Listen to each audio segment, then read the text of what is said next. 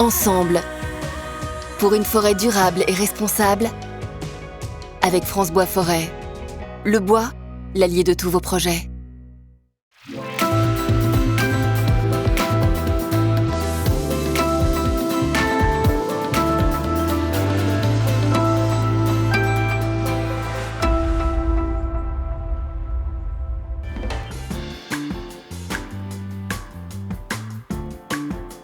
Bonjour à toutes et à tous et bienvenue dans notre forêt demain. En France métropolitaine, la forêt couvre 17 millions d'hectares, soit un tiers du territoire. C'est un poumon vert, c'est un refuge pour la biodiversité, c'est un puits de carbone.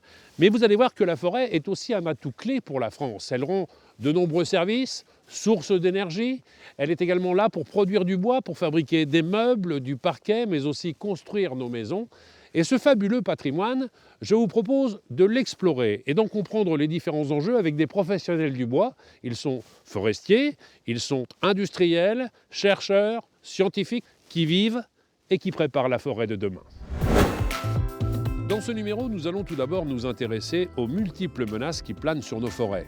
Depuis 2 décennies, nous assistons à une mortalité croissante des arbres un peu partout en France. Car dans les forêts françaises, le changement climatique est déjà une réalité. Alors face à ces bouleversements, comment aider les forêts à être plus résilientes? Quel visage nos forêts auront-elles demain? C'est ce que nous verrons dans quelques instants.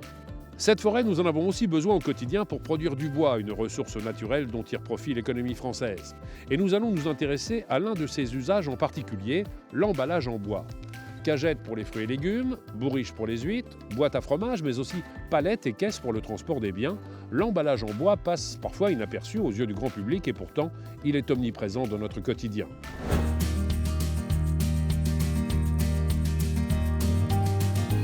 En 30 ans, la forêt française a gagné l'équivalent de la superficie de la Bretagne, à savoir 3 millions d'hectares. Dans un même temps, l'Institut national d'information géographique et forestière nous explique que le taux de mortalité de la forêt a augmenté de 54% au cours de ces 10 dernières années. Alors il y a bien sûr le vieillissement naturel, mais il y a aussi un dépérissement lié au changement climatique. Il faut bien reconnaître que les nombreuses sécheresses, tempêtes, incendies, mais aussi insectes sont venus à bout de pas mal d'hectares de forêt française. Nous sommes à Génétine, dans l'Allier. Nous avons rendez-vous avec Xavier Finou qui va nous montrer concrètement les conséquences sur nos arbres.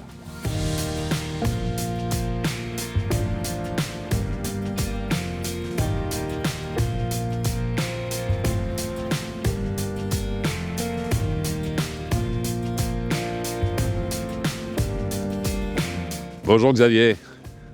Bonjour Stéphane. Dites-moi, j'étais en train de constater, qu'est-ce qu'il est chouette votre bureau, dites donc. Et voilà, c'est notre quotidien, C'est bien quand même, hein. en plein air. Et puis dites-moi, en plus, c'est bien rangé, hein. J'ai vu tout est répertorié, noté, il y a des marques un peu partout sur les arbres. On est sur une parcelle de combien d'hectares déjà ici? Une parcelle de 4,5 hectares de peuplement de chênes. Et quand vous marquez un arbre, ça veut dire que quoi? Il est arrivé à maturité, il faut le couper, ou alors pour une raison de taille ou simplement pour une raison de santé? Dans ce contexte-là, on constate les symptômes de dépérissement. C'est-à-dire qu'on va apprécier la mortalité au niveau des rameaux, au niveau des branches. Ouais. Et puis la réduction, alors là on ne voit pas parce que c'est l'hiver, mais de ce qu'on appelle la masse foliaire, c'est-à-dire la quantité et la qualité des feuilles. Et donc cette réduction foliaire va accentuer la transparence au niveau du houppier parce que l'arbre meurt par la tête. Et sur cette parcelle, il y a beaucoup d'arbres qui sont ou Il y a- déjà morts ou en mauvaise santé? Il y a eu une bonne proportion de dépérissement, de l'ordre de 14% pour cette parcelle. Est-ce que c'est la important. sécheresse qui est le plus gros facteur justement de dégradation de la forêt? Alors, la sécheresse est un facteur aggravant effectivement, mais d'arbres déjà vieillissants pour la plupart, donc plus sensibles.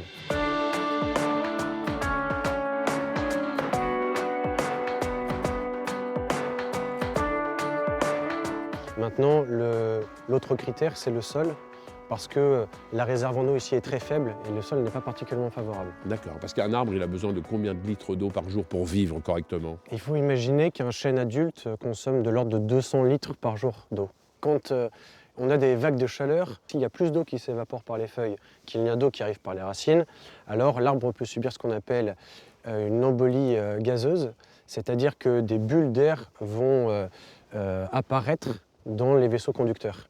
Et donc l'eau ne va plus circuler et ça va conduire à la mort des branches, mais donc de l'arbre entier même.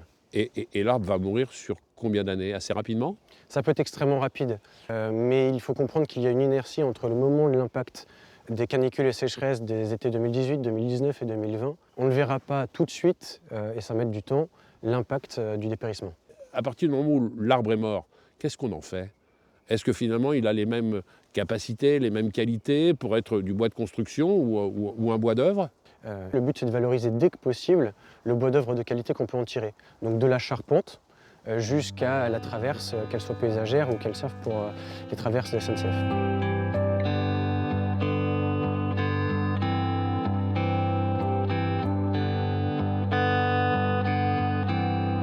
Les arbres qui ont été marqués avec des chiffres, parfois simplement des points verts. Il y en a d'autres comme celui-ci là-bas où il y a simplement un petit signe géométrique. Qu'est-ce que vous avez identifié là-bas? Qu'est-ce que vous allez en faire de cet arbre? Alors cet arbre, on l'appelle arbre habitat, c'est-à-dire que dans le cadre de notre gestion, au-delà de la valeur économique qu'on va pouvoir apprécier et l'amélioration des peuplements en enlevant les arbres qui sont en train de dépérir, on va évidemment apporter aussi une valeur environnementale, d'abord et avant tout, pour favoriser la biodiversité.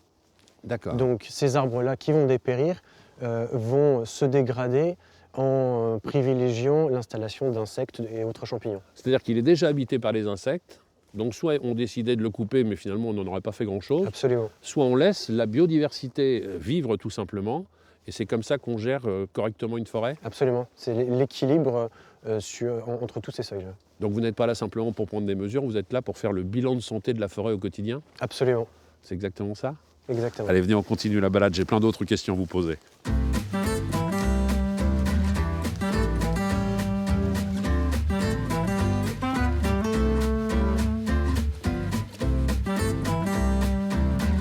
Est-ce qu'il y a des essences qui sont plus fragiles que d'autres? Vous m'avez dit qu'ici, en grande partie, c'était du chêne, mais le hêtre est peut-être l'arbre roi dans nos forêts en France. Est-ce que le hêtre est plus fragile? Est-ce que le sapin est également fragile? La question, c'est bien de savoir si les essences sont adaptées. Et effectivement, dans ces régions, le chêne, Pédonculé sessile, se trouve de moins en moins en station. Oui. Le hêtre, on n'en trouve presque plus. Quant aux sapins, ils sont déjà morts. Quand on parle de station forestière, c'est quoi? C'est finalement la bonne connaissance du terroir où on est installé? Exactement. La connaissance du sol qui est la première richesse de la forêt, parce que ça va déterminer la capacité d'adaptation et donc de production des arbres. C'est-à-dire qu'il n'y a pas de recette miracle. En fonction du terroir où on se trouve, il y a des essences qui vont s'y plaire plus que d'autres. Absolument.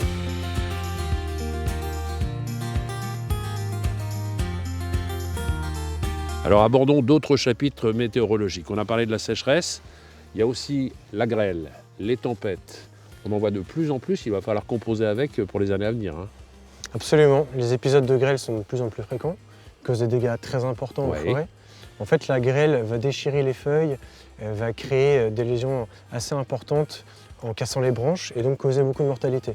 Et ça, à tout âge, des jeunes individus au peuplement plus mature. Lorsque dans la forêt, je vois quelques arbres couchés les uns sur les autres, ça, ce sont les tempêtes? Alors, effectivement, les tempêtes, c'est le phénomène le plus sévère et qui est même premier de tous ceux qu'on a cités.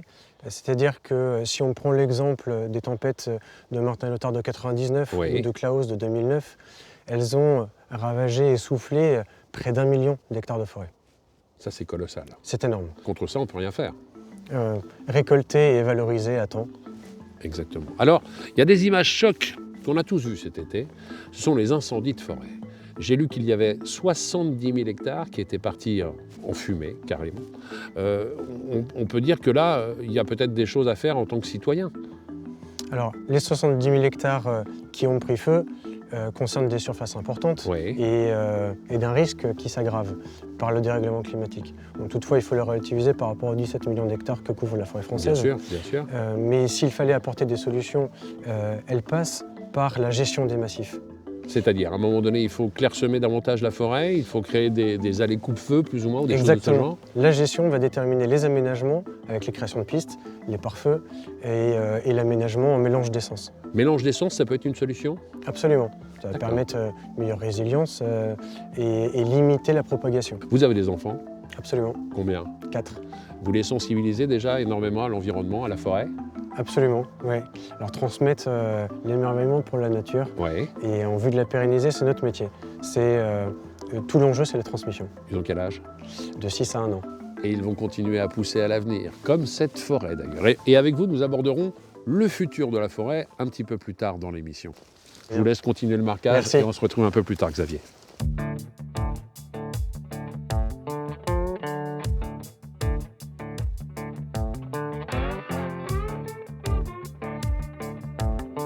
Direction maintenant l'Ain, un département où là aussi la forêt a vécu de plein fouet les effets de la sécheresse. Mais vous allez voir que depuis 2008, un champignon microscopique fait également des ravages. Il s'appelle la calarose. Dans la brume d'une fraîche matinée d'hiver, Nicolas, Laurent et Eric surveillent de près la forêt du Bois Tannais, située dans le département de l'Ain. 50 Aujourd'hui, c'est une parcelle de pin Douglas plantée il y a presque 60 ans qui fait l'objet de toute leur attention. Car cette essence, très appréciée des sylviculteurs, semble souffrir d'un dépérissement soudain. Ces arbres donc se comportaient relativement bien en termes de croissance jusqu'à il y a quelques mois. Ils ont commencé en fait à dépérir. Ça commence par une perte d'aiguille. On a ce qu'on appelle les houppiers qui deviennent transparents, c'est-à-dire qu'on commence à pouvoir voir le ciel à travers les arbres. La mortalité commence en tête et continue à descendre petit à petit. Les causes de ces dépérissements sont parfois difficiles à identifier.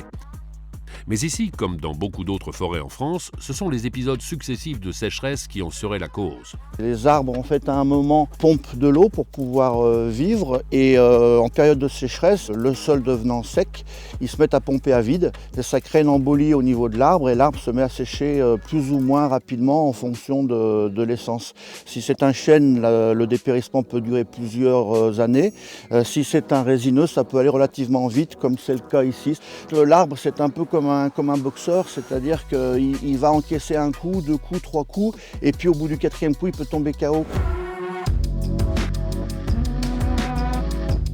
Bruno a hérité cette forêt de son grand-père. Depuis quelques années, il constate les effets du changement climatique sur les paysages forestiers. Cette forêt était une forêt de chêne avec une utilisation classique. Ce coin de forêt était beaucoup moins intéressant au niveau de l'exploitation. Donc les douglas ont été plantés à ce moment-là par mon grand-père et ils ont pas mal progressé.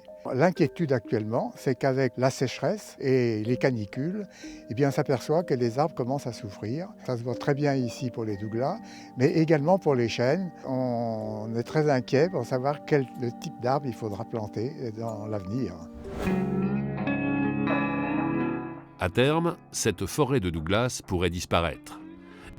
Mais pour faire durer autant que possible ce peuplement et amortir la perte de valeur du bois, les arbres morts ainsi que ceux arrivés à maturité vont être marqués par leur rang, puis coupés. Celui-ci, il fait déjà 55 cm de diamètre et on peut voir autour de lui qu'il y a des bois qui méritent encore d'évoluer, de grossir. Donc si on regarde en l'air, on s'aperçoit que les houppiers se touchent et le fait d'enlever cet arbre-là, ça va faire de l'espace pour les autres et donc ça va leur permettre d'évoluer. C'est un bois qui vaut à peu près une centaine d'euros et qui va présenter des bonnes caractéristiques pour la charpente. Quant aux arbres morts, ils seront utilisés pour faire des palettes. On va lui donner une quarantaine d'euros sur pied, donc pour le propriétaire c'est un manque à gagner. Le Douglas n'est pas la seule essence menacée dans la région. À quelques kilomètres de là, une forêt de frêne est attaquée par un champignon microscopique, la calarose. Ce champignon est apparu en France en 2009 et en l'espace de 10 ans, il a colonisé l'intégralité du territoire national, sauf les départements les plus chauds, parce que c'est un champignon qui a quand même besoin d'une certaine humidité pour se développer. L'introduction de plants infectés venus d'Asie pour être plantés en Europe pourrait être l'une des hypothèses de son apparition. Ce champignon en fait, qui était présent sur les frênes asiatiques s'est décalé sur les frênes communs et contrairement aux frênes asiatiques, sur les frênes communs, il a été particulièrement virulent. C'est d'abord les rameaux qui ont commencé à sécher, perte de feuillage et puis le champignon petit à petit a migré dans l'arbre. Au bout de quelques années, arrivé à faire des nécroses, ce qu'on appelle des nécroses au collet, des pourritures aux pieds qui ont abouti en fait à la mort du frêne. Si la majeure partie des frênes ont dû être coupées, sur cette parcelle, une autre essence, le chêne rouge, s'en est semble-t-il un peu mieux sortie.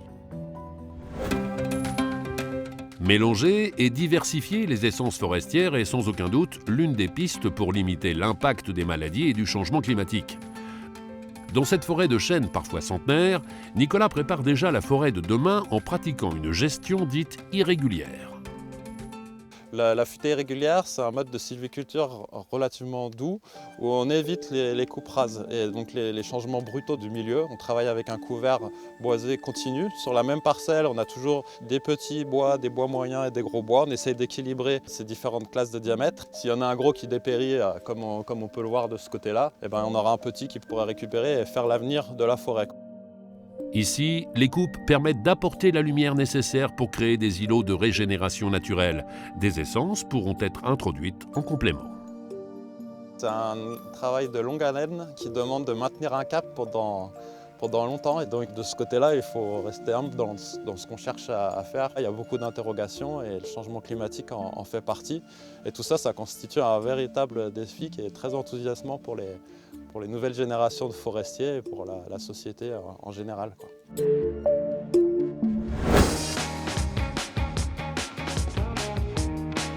Saviez-vous que chaque année, la forêt française séquestre plus de 50 millions de tonnes de CO2 ? Son rôle est donc essentiel pour atténuer les effets du changement climatique. Mais la vitesse de celui-ci et les bouleversements qu'il crée poussent les forestiers à se poser de nombreuses questions. Car la gestion forestière représente une des solutions pour maîtriser une partie des risques et aider la forêt à être plus résiliente.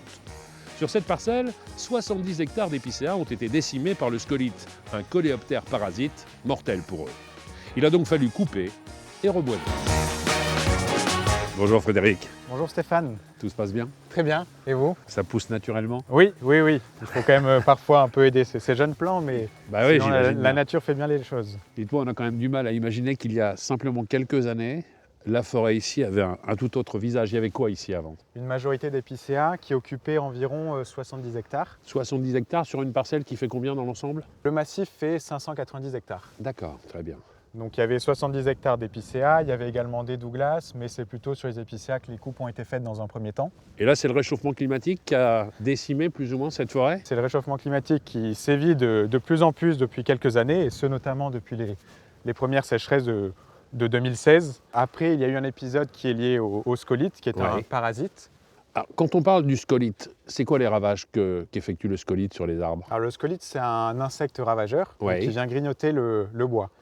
Et en grignotant le bois, il va empêcher le passage de la sève brute qui est nécessaire pour la photosynthèse et donc empêcher l'arbre en fin de compte de se protéger et donc de croître. Il vient jouer sur la capillarité de l'arbre plus ou moins, quoi. Oui, en quelque sorte, c'est ça, oui. Il va réduire les artères, les veines ou les choses de ce genre, et c'est comme ça qu'il va plus ou moins provoquer la mort de l'arbre? Oui, en fin de compte, on peut comparer les vaisseaux des arbres à les veines, par exemple, qui acheminent l'oxygène jusqu'au cœur. Sauf que ce sont des sels et de l'eau qui sont acheminés jusqu'aux feuilles. Alors, le scolite, la calarose que l'on a évoqué dans le reportage il y a quelques instants, tous ces nuisibles, ces parasites, ces ravageurs, c'est exclusivement le changement climatique qui explique cela ou pas du tout? Disons que les scolites et les autres ravageurs peuvent être considérés comme des ravageurs secondaires parce qu'une fois que l'arbre est affaibli, si vous voulez, c'est comme une porte d'entrée qui s'est ouverte aux parasites. L'insecte va en profiter. Il va venir se nourrir du bois, pondre. C'est cette opération qui va se renouveler plusieurs fois, qui peuvent affaiblir un peuplement entier et le décimer. Une fois qu'on a identifié le scolite qui a ravagé 70 hectares ici, on a décidé de reboiser. Quelles essences ont été choisies et comment on assure une certaine combinaison? Ce sont des essences qui déjà ont des risques qui sont moindres face au réchauffement climatique. Donc on a des essences qui résistent bien à la chaleur, comme les pins maritimes. On a aussi des essences que l'on trouve habituellement dans nos régions, comme le chêne Cécile, qui pousse plutôt bien et qui sont frugales. Et d'autres essences comme le chêne rouge et le Douglas qui ont été plantés en moindre quantité, mais pour assurer un mélange des essences. Et finalement, cette combinaison, c'est la clé du succès pour assurer une meilleure résilience face à la maladie, face aux parasites, face à tout cela? Oui, tout à fait. Comme le risque sanitaire est diminué, si jamais un parasite sévit sur une essence en particulier, il y a peu de chances qu'ils sévissent également sur une autre essence. Quand on décide de reboiser une parcelle, est-ce qu'on travaille avec les nouvelles technologies? Je pense aux drones par exemple, pour identifier les différentes parcelles, les différents îlots plus ou moins qu'on souhaite reboiser. Oui, tout à fait, c'est ce qui a été fait ici. Un drone est passé en 2019 et a cartographié toute la propriété Oui. dans le but d'identifier les zones arboisées. Et on a même distingué des zones qui étaient plus favorables à des espèces plutôt qu'à d'autres, notamment les zones humides où nous avons planté principalement des aulnes. Les générations précédentes avaient déjà travaillé sur ce mélange des essences? Avant, ils avaient tendance plutôt à faire de la monoculture, mais c'est parce qu'aussi ils n'avaient pas les connaissances suffisantes que l'on a aujourd'hui grâce à toute la recherche, aux nouvelles technologies. Et maintenant, ça nous a permis effectivement d'évoluer et de différencier nos pratiques de gestion durable. J'aimerais bien que vous m'éclairiez sur un dernier point, parce que j'ai entendu parler dans votre activité d'îlots de vieillissement et d'îlots de sénescence. Ça veut dire quoi exactement et qu'est-ce que c'est? C'est préserver la biodiversité? Oui, en quelque sorte, on va préserver la biodiversité, puisque dans un cas, donc l'îlot de vieillissement, on va laisser vieillir les arbres jusqu'à 2 fois leur âge d'exploitabilité classique, Très bien. ce qui permet en quelque sorte de produire des gros bois. Et après, il y a les îlots de sénescence dans lesquels, en fait, l'exploitation est exclue, c'est-à-dire qu'on n'est plus censé y passer. L'îlot de vieillissement, on peut toujours y intervenir pour couper des bois. Par contre, l'îlot de sénescence est mis sous cloche. J'ai bien compris que vous travaillez au quotidien pour faire en sorte que nos forêts soient plus fortes, plus courageuses face à la maladie, face aux insectes, face au changement climatique. Mais avant de les faire pousser, ces arbres dans vos forêts, il va falloir, dans un premier temps, les laisser grandir en pépinière. Et nous nous sommes rendus à Moulins-en-Médoc, c'est la plus grande pépinière de France. C'est là-bas que l'on plante les essences dites d'avenir et vous allez voir à quoi pourront ressembler nos forêts demain. Ce n'est pas évident au premier coup d'œil, mais cette plantation de presque 2 hectares est une forêt en devenir. Dans les années qui viennent, elle devra être capable de faire face à un défi majeur. Contribuer à l'atténuation du changement climatique tout en s'y adaptant. Céliane et Arnaud, jeunes ingénieurs forestiers venus surveiller cette parcelle plantée il y a tout juste 1 an, en sont convaincus. On va aller mesurer la placette là-bas. 110, 39.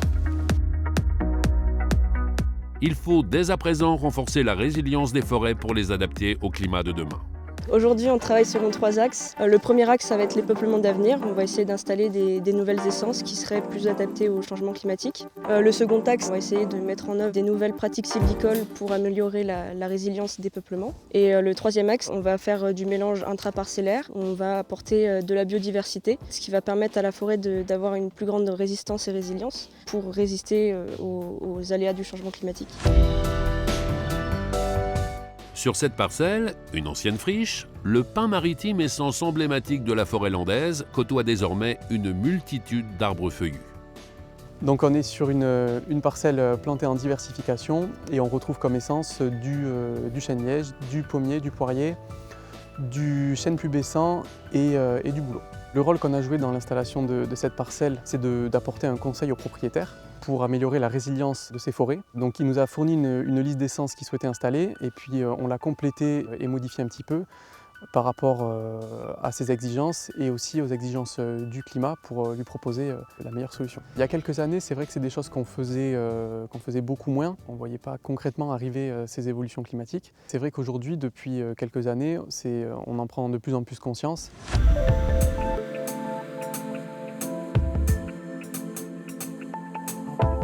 Chez les pépiniéristes forestiers, cette prise de conscience s'est faite il y a déjà plusieurs années. À Moulins-en-Médoc, Loïc cultive les milliers d'arbres qui seront plantés dans nos forêts demain. Des essences qui résisteront mieux aux chaleurs, au manque d'eau et aux maladies. Un travail particulièrement méticuleux. Un des points d'entrée de la pépinière forestière, c'est les graines, c'est la semence. Tous les arbres n'ont pas des graines de la même taille et de la même forme. Vous avez ici l'exemple d'un mélèze qui a des graines de très petite taille avec des formes très très anguleuses. Et à contrario, une essence de grande dimension, par exemple ici c'est un gland de chêne. Vous voyez, on ne va pas semer de la même façon ces 2 essences. Donc il y a tout un travail en amont de plusieurs années pour développer de nouvelles essences demain, répondant à tous les enjeux forestiers. Si certaines essences comme le frêne, le hêtre ou l'épicéa sont aujourd'hui particulièrement menacées, d'autres semblent mieux adaptées au climat de demain. Le cèdre de l'Atlas, c'était une essence il y a 5-6 ans. On en avait 400 000 qui étaient plantés par an en France, donc c'est-à-dire peu représentés dans les plantations forestières. C'est vraiment une essence qui est en train de prendre sa place, qui présente un vrai atout vis-à-vis du changement climatique, la résistance à la chaleur, aux à-coups de chaud, au manque d'eau, à tous ces paramètres-là. Une autre essence, par exemple, c'est le chêne pubescent, qui va être plus adapté, par exemple, qu'un chêne pédonculé. Donc ça, c'est des récoltes de glands qu'on a fait il y a 1 an dans le secteur du Gers, et qu'on est aujourd'hui en train de remonter au fil de l'eau sur l'arc atlantique. Faire remonter une essence du sud vers le nord, c'est ce que l'on appelle la migration assistée. En temps normal, les essences étendent leur territoire et migrent naturellement vers des terres plus clémentes. Mais ces mécanismes d'adaptation sont en moyenne 10 fois trop lents au regard de la rapidité prévisible de l'évolution du climat. La main de l'homme devient donc essentielle. Un pas de temps d'une forêt, c'est entre 60, 80, voire 200 ans en fonction des essences forestières. Et ce pas de temps-là, ce n'est pas le pas de temps du changement climatique aujourd'hui. On parle de dizaines d'années et de quelques degrés qui changent complètement et fondamentalement la répartition de l'eau, les températures estivales, les à-coups de chaleur.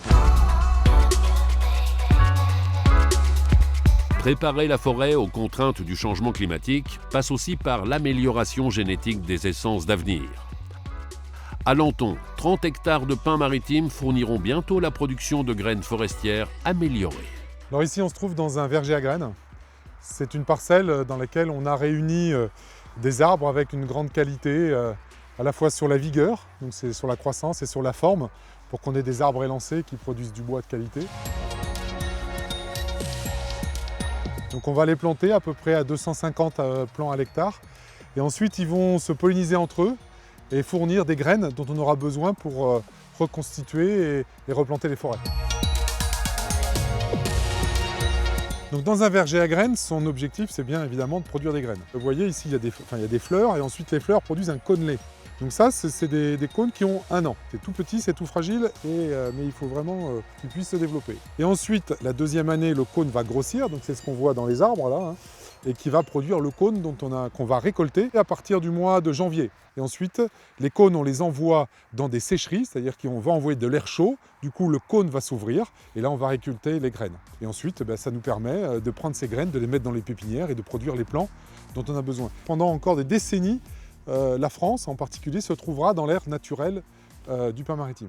C'est une des essences qui va nous permettre, de façon aussi intelligente, de pouvoir reconstituer des forêts dont l'essence n'est plus adaptée au climat de demain.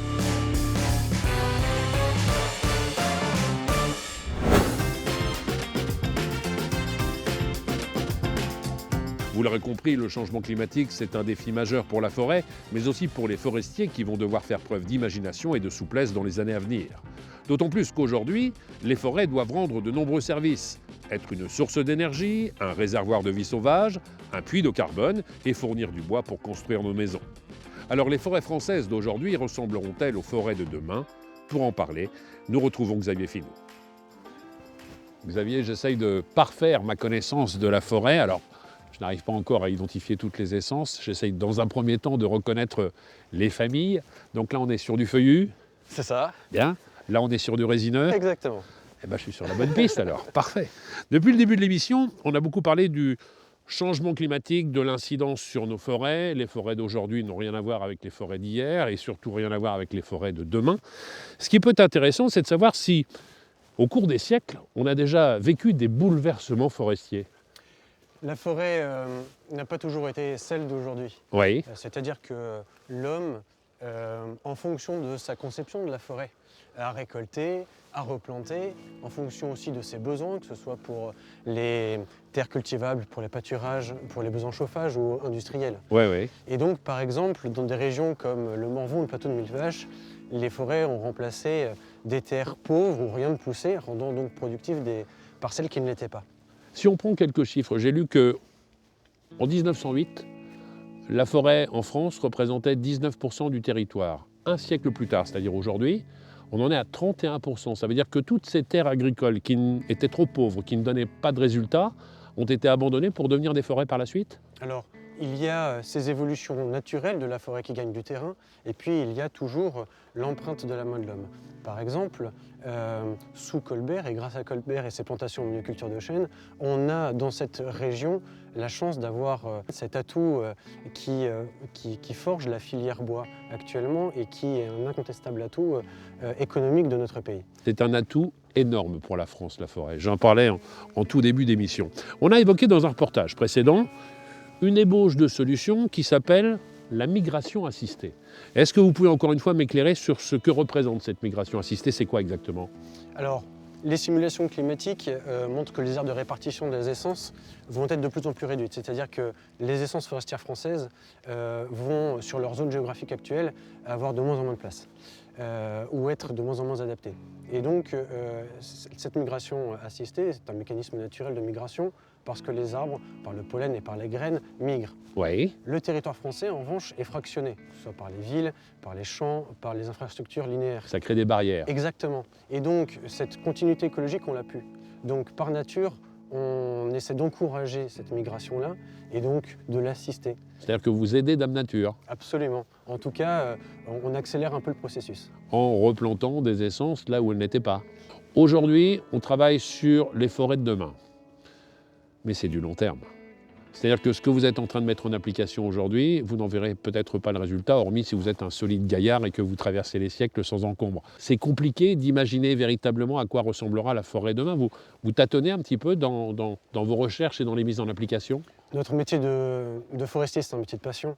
Et on travaille avec le vivant, donc ça nous oblige à rester humble parce que, en tout cas, ce qui nous anime, c'est de gérer un bon père de famille pour pérenniser la forêt en vue de l'améliorer, de l'adapter, pour produire du bois d'œuvre de qualité et en tout cas transmettre des forêts vivantes. Donc vous allez dans un premier temps faire en sorte que cette forêt se porte bien et s'il vous plaît docteur, demandez à la descendance d'assurer la forêt de demain. Vous voulez bien? Merci beaucoup Xavier. Merci. Au revoir Stéphane. Merci.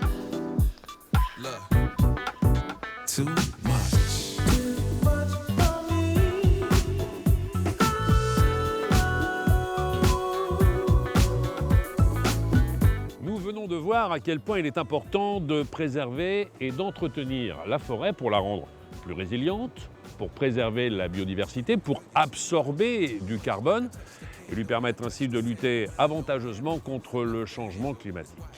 Mais nous avons également besoin de la forêt pour produire du bois. Les charpentes, la menuiserie, les meubles, le parquet, mais aussi la pâte à papier. On valorise également le bois pour fabriquer du bois d'énergie. Nous allons maintenant nous intéresser à un autre usage du bois, l'emballage en bois. Il fait de plus en plus partie de notre quotidien et c'est un précieux allié écologique. Nous allons faire quelques courses sur le marché de Niort où m'attend Sébastien Paco, il est maraîcher. Yeah. Come on. Yeah. Listen.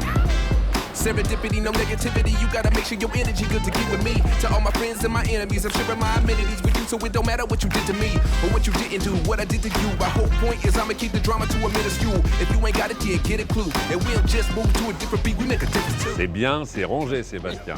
Ça va bien? Ça va, Stéphane. Oui. Ravi de vous rencontrer. De l'emballage bois, il y en a quasiment partout ici. C'est quoi, c'est un incontournable? Alors, c'est un incontournable. C'est là-dedans qu'on reçoit les fruits et les légumes. Ça a toujours été comme ça, c'est traditionnel. Il y a 80%, on va dire, de la marchandise qui arrive dans les emballages bois. Voilà. Qu'est-ce qui justifie ça? C'est pratique, c'est résistant, puis c'est renouvelable. C'est du bois, donc c'est inépuisable, quoi. Voilà. Ça a été fabriqué en fonction des produits, parce que je vois qu'il y a des tailles différentes. Alors, il y a des tailles différentes, oui. Il y a les petites, ça sert alors souvent pour les champignons, pour le persil. Ouais. Ils sont assez standards, surtout par rapport à la surface en fait, que ça prend dans un frigo. Vous avez de cette taille-là, pareil. C'est un peu plus haut. Voilà, c'est un petit peu plus haut. Vous avez parfois des abricots, du raisin. Et puis vous avez cette taille-là. Là, c'est la plus grande. Alors ça, c'est l'intermédiaire. Vous en avez des plus ou moins hautes. Et puis vous avez des pommes. C'est encore une fois elle plus est très haut. courante, en fait, celle-ci. Ouais. Parfait. Mais alors, c'est génial, parce que quand le marché est terminé, on ramène le camion, on les superpose les unes sur les autres. On range tout ça dedans. Et puis après, on déballe, on laisse le bois. C'est assez chaleureux.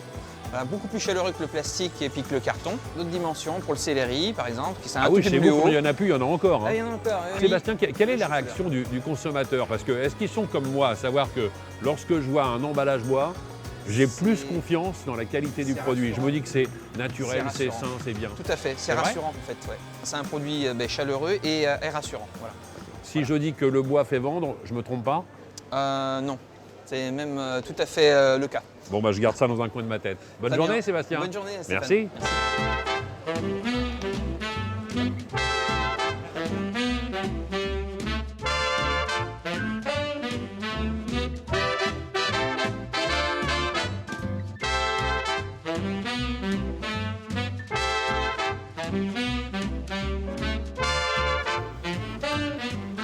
Bonjour Jean-Luc. Bonjour Stéphane.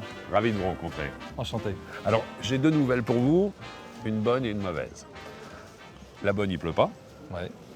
La mauvaise, on va passer une bonne partie de la journée ensemble. Je m'en explique. Vous fabriquez des emballages bois légers et nous irons d'ici quelques instants dans votre entreprise pour découvrir justement tout votre travail. Ces cagettes, finalement, pour les fruits et légumes, on l'utilise depuis la nuit des temps. Est-ce que c'était déjà simplement pour les fruits et les légumes ou pour autre chose? Alors, on en retrouve effectivement du temps des Romains, et les Romains, c'est le vin. C'est bien sûr, c'est le principal. Ensuite, toutes les navigations se sont faites avec des emballages qui protégeaient. On avait la sûre, on avait des caisses en bois pour protéger toutes les denrées qu'on pouvait emporter pour traverser le monde, Christophe Colomb, etc. Il y a quelque chose qui est intéressant, c'est le fait de se dire que d'ici quelques années, l'emballage plastique à usage unique sera interdit. Ça veut dire que c'est une belle opportunité pour l'emballage bois? C'est une très bonne nouvelle pour l'emballage. C'est une très bonne nouvelle pour le bois. Je pense que c'est aussi une très bonne nouvelle pour la planète, puisque effectivement, un emballage plastique, même s'il a des avantages qu'on connaît, quand il a une fin de vie, le mieux c'est de pouvoir le réutiliser. Et dans le pire des cas, on va le retrouver dans la mer. Et ça pour moi, je dirais, c'est quelque chose de très, très important. Planète. Alors des emballages plastiques, il y en a encore quelques-uns ici.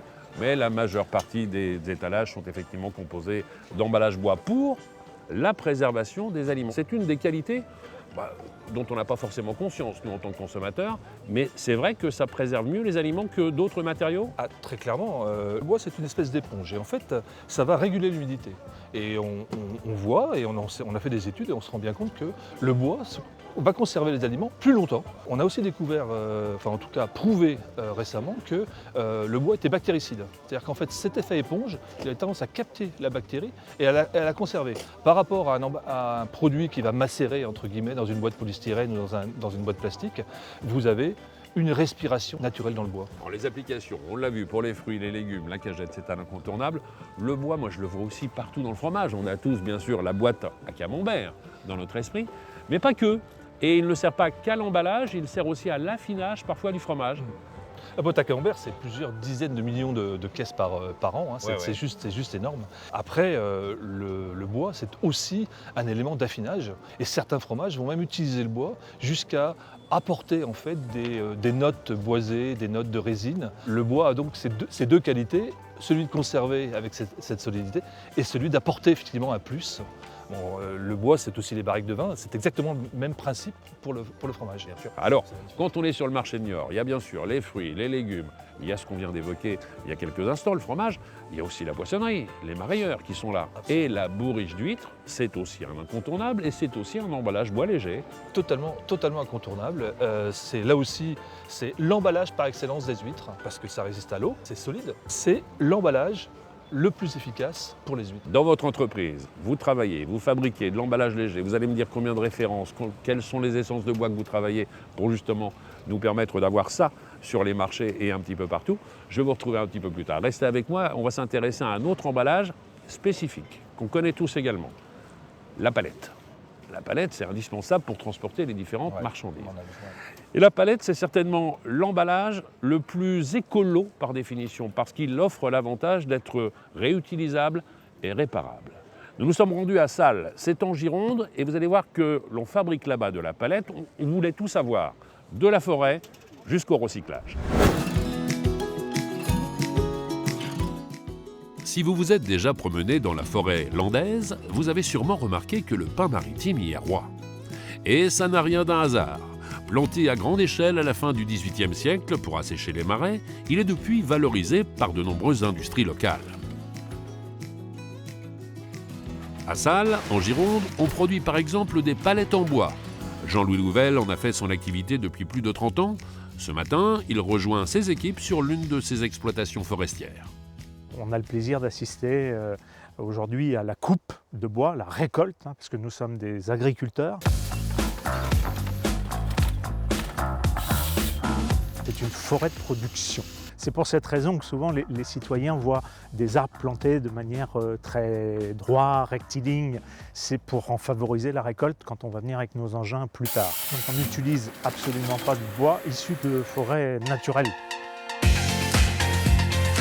Cette forêt de pins est la plus grande forêt cultivée d'Europe.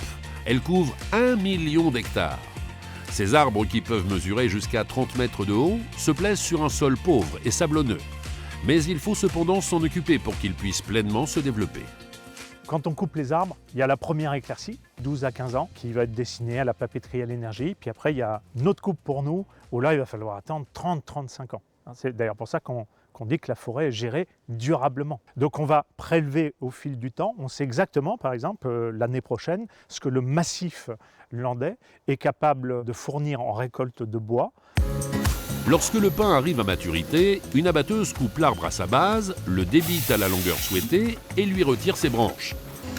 Les parcelles qui ont été coupées sont systématiquement replantées dans un délai de 2 à 5 ans. C'est ainsi un nouveau cycle qui débute pour le pin maritime. Et ce qui va être planté aujourd'hui, la récolte, je ne la verrai certainement pas, quoi. À quelques kilomètres de là, les billons sont ensuite stockés avant d'être transformés. Donc les billons, une fois coupés en forêt, arrivent à nos scieries. C'est ce qu'on voit derrière nous avec un camion qui décharge. Ensuite, ils vont arriver tout de suite sur l'écorceuse. C'est là où on appelle ça, on va les peler.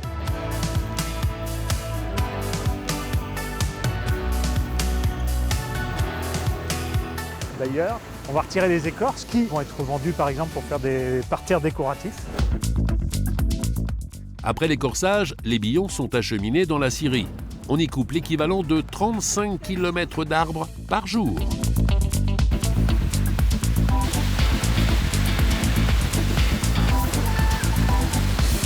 À la scierie, on va avoir un laser qui va optimiser la surface de bois qu'on peut aller chercher pour faire des planches. Tout ce qui va être évidemment arrondi, les côtés, ce ne sont pas un déchet. Ça va partir par exemple en papeterie, juste à côté d'ailleurs sur des circuits encore très courts. Et à la scierie, on va sortir les planches qu'on a besoin pour fabriquer nos palettes. Fini le temps de l'assemblage à la main. Aujourd'hui, les plots et les planches sont assemblés par des machines. Puis les palettes sont séchées à haute température dans un four alimenté par la sciure, récoltée lors de la coupe des billons. Elles sont ensuite empilées et alignées à perte de vue. Des petites, des grandes, vertes, rouges, bleues, en fonction de leur utilisation. Autre particularité de la palette bois, elle peut avoir plusieurs vies, et cela grâce au reconditionnement. On reçoit des palettes qu'on collecte auprès des industriels, des entreprises, qui vont être triées, classifiées, puis réparées. Avec maintenant d'ailleurs pour la manutention l'aide de robots. Dans le reconditionnement de palettes, on arrive à des taux de 94-95% de palettes récupérées. Éco-conçue, réparable, réutilisable, la palette en bois est aussi recyclable. Et c'est particulièrement vertueux. Puis alors, à force d'être réparée, une palette peut faire un deuxième tour, un troisième tour, un quatrième tour. Et puis quand elle va arriver en fin de vie, on va la broyer. On va avoir du broyage sec qui peut être très intéressant pour l'énergie. Ou alors, on peut s'en servir aussi pour du panneau de particules, par exemple. Il y a toujours des applications dans le bois. C'est merveilleux. Quand vous êtes dans la filière bois et que vous êtes tous les jours plongé dans la forêt, comme c'est le cas aujourd'hui, on est plus que responsable. Là encore, on évolue, les choses changent, puisque récemment encore, on a planté une forêt qui est LBC, labellisée bas carbone. Et qu'est-ce qui change? C'est que là, on n'a pas planté que du pin maritime, on a planté différentes essences, de telle sorte que ça puisse encourager le développement de la biodiversité. Les mentalités, les comportements évoluent, mais quand vous êtes dans le bois, c'est le plus beau des métiers.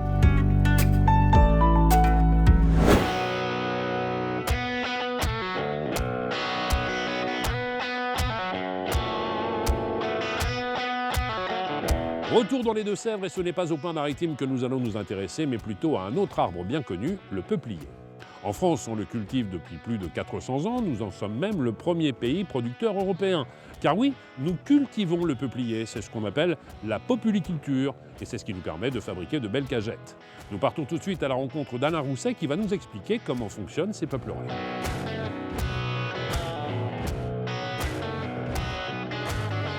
Bonjour Alain. Bonjour. Vous allez bien? Très bien, merci. Dites-moi, ce qui saute aux yeux, c'est le côté rectiligne de la plantation. Quand on plante du peuplier, il faut avoir le compas dans l'œil. Hein. Ouais. Le pépiniériste, quand il arrive, il a ses jalons, il a son cordeau. Ouais. Et c'est aligné effectivement dans tous les sens. Alors expliquez-moi un petit peu comment ça se passe. Est-ce que c'est une graine qu'on met dans le sol et puis le peuplier va pousser tout seul, ou est-ce qu'on démarre de quelque chose d'un peu plus... Ça, c'est la spécificité du peuplier. Ouais. On plante ce qu'on appelle un plançon. C'est une grande bouture, c'est un plant sans racines. Alors le plançon, il fait 5-6 mètres de haut et on le met en terre, donc sur une profondeur de 1 mètre. Il va refaire ses racines par lui-même? Il va refaire ses racines par lui-même. Le peuplier, dès qu'une branche ou même le tronc touche le sol, il émet naturellement des racines.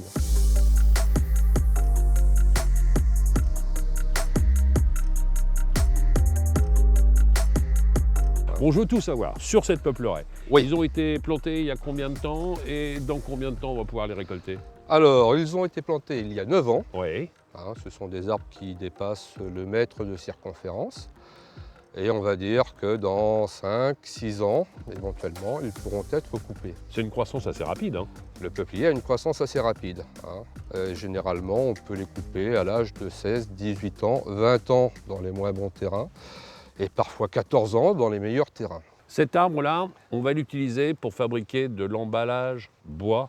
Oui. Ce qu'on appelle l'emballage bois léger, oui. Plus ou moins. Oui. Ce sont quoi les qualités du peuplier? D'abord, c'est sa couleur, il est bien blanc. Après, le peuplier, il est souple, il peut se plier, il peut se rainurer, il peut s'agrafer.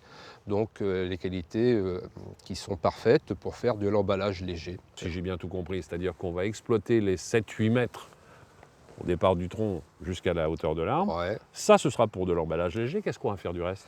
Alors là, le reste, on voit que le peuplier, il a des couronnes de branches. Oui. Et entre les couronnes de branches, on peut encore récupérer du bois sans nœud. Mais sinon, dans le peuplier, on peut avoir plusieurs qualités. On a donc la bille de pied qui aura été laguée, qui va être destinée à l'emballage léger, voire le contreplaqué aussi. On a des usines importantes dans la région. Au-dessus, ça pourra partir en sciage, pour faire de la palette. Et avec les branches qui vont rester, on pourra faire de la pâte à papier, voire du bois énergie.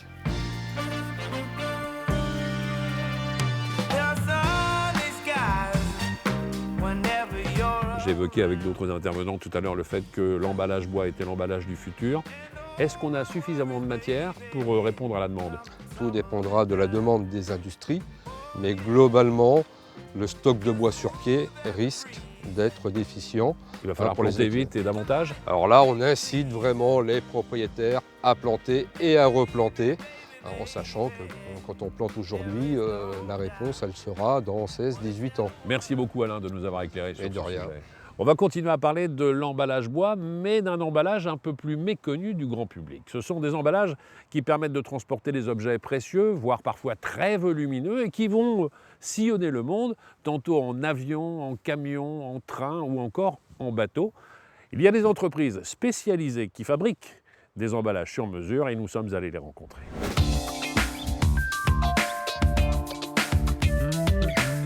À quelques kilomètres de Nantes, en Loire-Atlantique, on fabrique des emballages en bois aux dimensions hors normes et qui sont destinés à transporter des pièces tout aussi monumentales. Très peu connus du grand public, ils garantissent pourtant la protection de pièces précieuses, voire stratégiques. Nicolas Derouault est à la tête d'une entreprise qui fabrique ces emballages dits industriels. Il rejoint Didier, un ingénieur qui travaille sur la conception d'un emballage destiné au secteur de l'aéronautique. Alors Didier, là, travaille sur un emballage, une protection particulière pour des biens composites et des pièces qui d'ailleurs vont aller sur de futurs avions, c'est pour le marché américain. Mais de la même manière, on peut être amené à travailler sur ce type de produit, un sous-marin, et donc à expédier des pièces fabriquées sur le territoire français à l'étranger. Alors c'est vrai que ces emballages industriels sont nés avec le développement du commerce international, du transfert de marchandises. On a utilisé aisément le bois et puis ensuite est arrivé d'ailleurs le conteneur dans les évolutions. Mais malgré tout, l'emballage bois est resté très présent. Aéronautique, défense, mais pas seulement. Ces emballages sont en fait présents dans toutes les industries de pointe qui ont accompagné l'expansion économique de la France au cours du siècle dernier. Alors dans ces caisses, on met tout type de produits. Des composants électroniques, des bouts d'avion, des moteurs, des lignes d'assemblage de véhicules, des usines complètes en pièces détachées, des sucreries, des cimenteries. On peut y mettre également des bouts de fusées, par exemple Ariane 6 qui est parti à Kourou tout récemment. Et puis parallèlement, il peut y avoir aussi d'autres fabrications, d'autres produits à protéger comme eh bien, les œuvres d'art. Donc il peut y avoir des sculptures, des peintures qui nécessitent aussi une grande protection. Et puisque ces objets sont destinés à voyager partout dans le monde, ils requièrent une attention toute particulière. On doit pouvoir les protéger, garantir cette intégrité lors du transport, de leur point d'origine jusqu'à leur point de destination. Et pour cela, eh bien, on doit les protéger de tout type d'agressions, les chocs, les vibrations, éventuellement des agressions aussi chimiques. L'air alcalin dans un bateau qui peut éventuellement abîmer le produit. Eh bien, le bois, il a des atouts qui répondent à une majorité des contraintes. Et la première, ce sont ses qualités mécaniques, c'est-à-dire à la compression pour toutes les charges, quelles qu'elles soient, et en particulier lourdes. Il se façonne aisément, il se découpe, il se fixe. C'est aussi un matériau que l'on trouve partout, en abondance, et en particulier en proximité, puisque plus de 85% de nos bois sont issus de nos forêts françaises. Chaque caisse doit être réalisée dans les règles de l'art, un savoir-faire entre tradition et modernité. Alors il y a effectivement un savoir-faire qui peut se rapprocher de l'artisanat, puisqu'on est sur du sur-mesure, de la haute couture dans l'emballage industriel. Et puis à côté, on a eu aussi des évolutions sur les process. Alors d'abord, on profite pleinement du numérique, avec tout ce qui est les dessins assistés en 3D pour concevoir la géométrie des objets et la protection adéquate. Ces logiciels 3D, COM, technicien industrialisation, s'en sert justement pour analyser les produits à emballer. Grâce aux outils qu'on a aujourd'hui, des logiciels 3D, on peut effectuer des simulations pour analyser en fait si le dimensionnement de notre caisse sera suffisante aux contraintes de la pièce. Le volume, le poids sont les principaux éléments auxquels je vais faire porter attention. On peut emballer une pièce qui fait 2 kg comme une pièce qui fera 34 tonnes. Une fois ces études réalisées, il faut installer toutes les protections nécessaires pour protéger les pièces dans l'emballage. C'est le rôle d'Olivier. Nous adaptons la protection à la typologie de la pièce, bien évidemment. Les pièces sont plus ou moins fragiles, elles ont des aspects aussi plus ou moins sensibles. Alors elles partent partout dans le monde, bien évidemment, puisqu'on travaille à 80% pour de l'emballage qui va partir en maritime. Ce qu'on va pouvoir réaliser en protection autour des produits, ça va être une mise sous housse thermosoudable du produit pour le protéger contre la corrosion, abaisser au maximum le taux d'humidité à l'intérieur de l'enveloppe et pendant toute la phase de transport et de stockage, on va pouvoir préserver le produit. Et on va ajouter des sachets de déshydratants comme vous pouvez retrouver dans les boîtes de chaussures. La taille du sachet est un peu différente que celle dans la boîte de chaussures, mais c'est le même principe. Ce sont des petites billes d'argile qui vont absorber l'humidité résiduelle à l'intérieur de l'enveloppe. On va pouvoir ensuite caler avec de la mousse pour protéger contre les chocs. Et puis sur la caisse, comme vous pouvez le voir là, eh bien, on va ajouter un double couvercle, un film plastique pour éviter la pénétration de l'eau à l'intérieur de la caisse. Sur ce site, une ligne automatisée permet de fabriquer des caisses en kit prêtes à être assemblées. Mais pour le sur-mesure, rien ne remplace le savoir-faire humain. Ce matin, pas moins d'une trentaine de techniciens sont à pied d'œuvre. Cyril supervise ces opérations. Une fois que vous avez fini de monter tous les panneaux, il faudrait me la monter, mettre le couvercle et après je pourrais l'acheminer de l'autre côté. Donc là on est sur la première phase, c'est la phase de débit. Une fois que le bois est débité, on passe au montage des caisses pour pouvoir ensuite les acheminer de l'autre côté pour faire l'emballage final.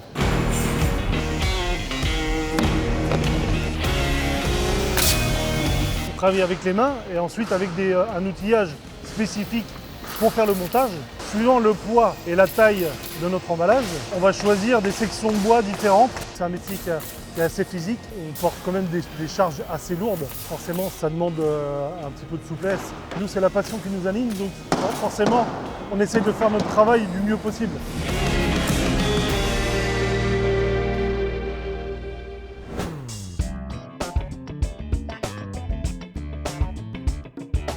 Cagettes, paniers, bourriches, chaque année, plus d'1 milliard d'emballages légers en bois sont vendus. Un savoir-faire ancestral, mais qui a su se moderniser et monter en gamme ces dernières années. Fini la simple cagette et place à l'innovation. Nous rejoignons Jean-Luc Ballet à Auger, dans son entreprise qui fabrique des emballages depuis 1947.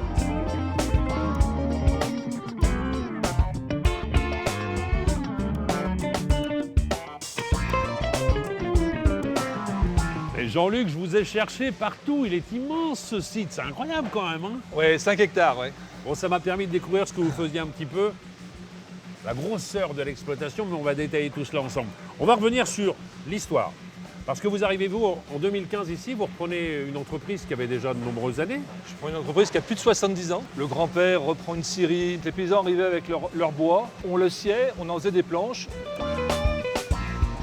Et puis là, la demande locale, fabrication de fromage localement. Donc ça, c'est le début de l'entreprise. Donc ça, c'est les cajots. C'est vraiment les caissettes, les cagettes, qui sont vraiment les produits qui étaient destinés aux fruits et légumes, aux poissons. La deuxième génération, Claude, décide d'en faire un vrai métier, de développer. Et puis son fils, qui est un vrai technicien, vous verrez, a monté des robots, donc des machines totalement différentes, avec un système de collage et pas d'agrafage.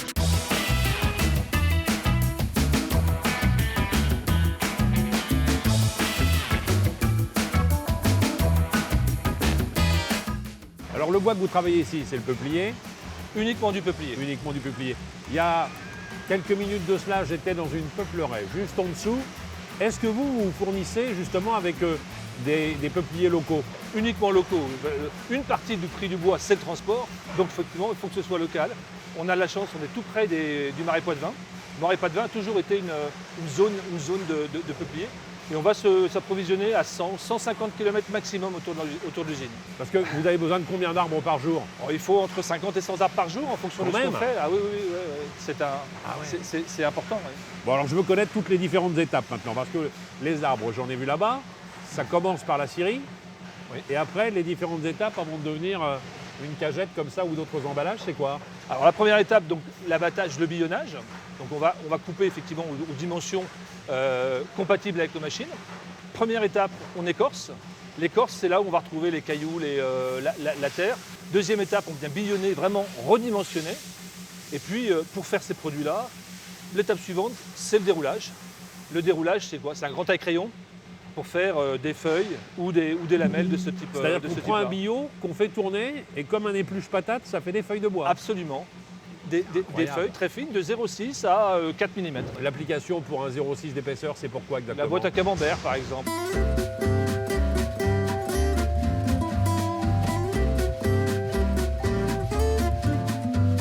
Avec un seul arbre, vous pouvez espérer produire combien de cagettes comme ça? Alors comme ça, on va dire entre 500 et 1000 en fonction des tailles. Et puis les paniers qu'on fait, on est plutôt sur 10 000. Alors il y a un attachement, c'est pratiquement viscéral. Il y a beaucoup d'émotions lorsqu'on voit de l'emballage bois, ça nous fait toujours penser à des souvenirs d'enfance. Il y a cette Madeleine de Proust avec des boîtes, on a le sentiment de les avoir toujours vues. Je pense notamment à la boîte pour le fameux beurre. Ça, c'est à Boucon-le-Loir. Ça, c'est nous, ça, ouais. Ça, c'est depuis des années. Depuis des années. Le petit panier pour les tomates cerises, c'est nous aussi, ouais. Mais il y a aussi encore de nouvelles applications, de nouvelles demandes. Et là, on est vraiment dans l'innovation. Et c'est sur un autre site, je suis passé à proximité tout à l'heure. On va aller voir ça. Ça n'a pas grand-chose à voir avec ici. Hein. Venez avec moi.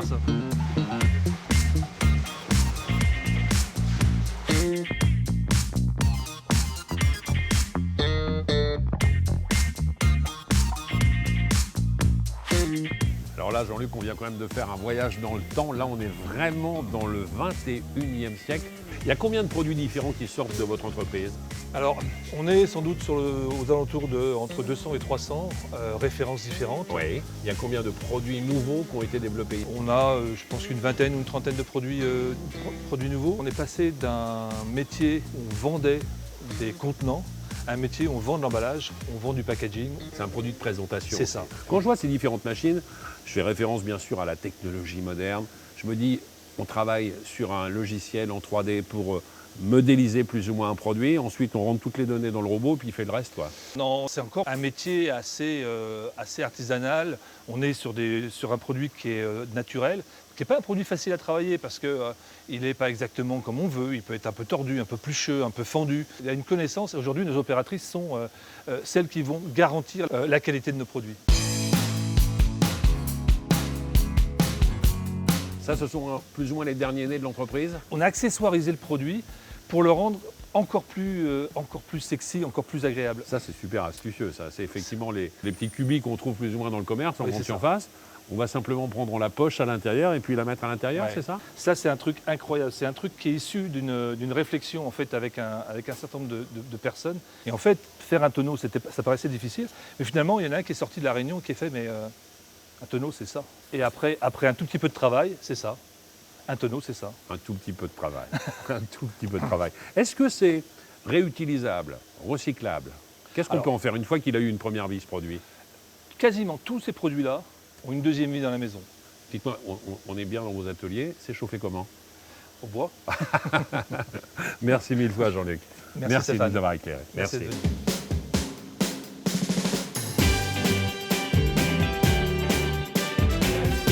Je suis intimement persuadé que, tout comme moi, vous avez pris conscience, grâce à cette émission, qu'il était important de préserver, d'entretenir, de soigner, de cultiver la forêt. C'est un véritable trésor pour la France.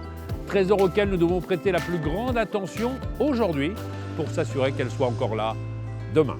Merci, au revoir.